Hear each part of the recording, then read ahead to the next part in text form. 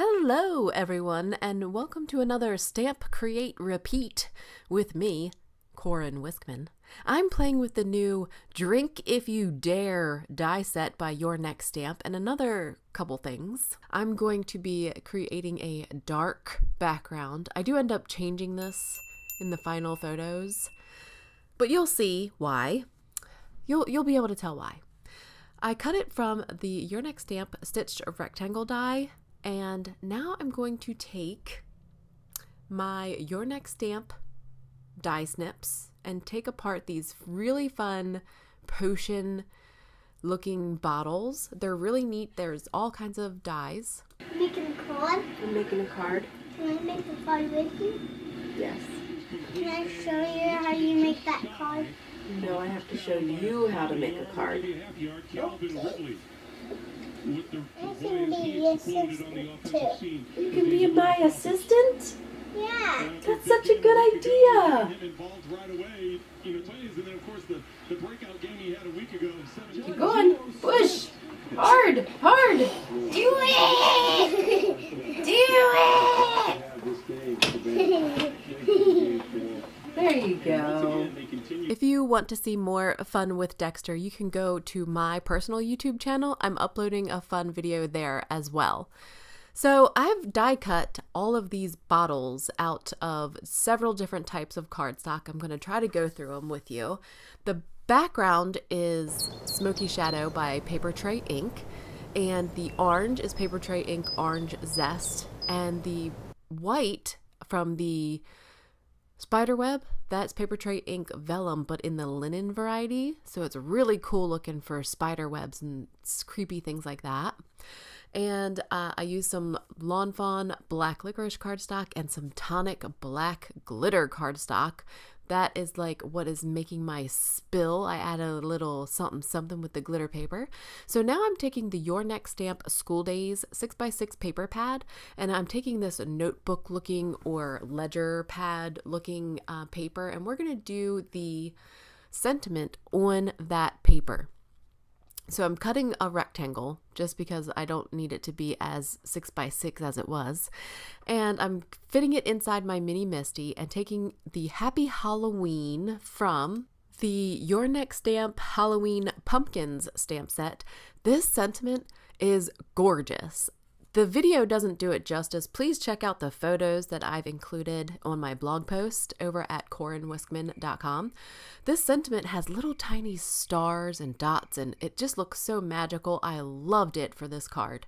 So I've stamped it with VersaFine Onyx Black ink, and I did stamp it several times so that I could get a nice crisp impression of the stamp. And now I'm taking this large steel ruler and I'm burnishing it on the side and then tearing it as if I were tearing this piece of paper from a notepad. I don't know. There's probably better ways to do this. I'm sure some seasoned scrapbookers will be able to outdo me on the ripping of the paper, but this worked for me. So I burnished it on the side and then ripped it, and it gave just enough effect that I was happy with that. And I did end up smudging my ink all over that paper. Did you see that? Of course I did. So I did all four sides of my sentiment this way. Having the bone folder really helped for this. When I tried to use my finger, it really was uncomfortable. So I would totally recommend using the bone folder and not your fingers for this. Once I got the sentiment all ripped out, we're going to pop it up with some Scotch 3M foam tape.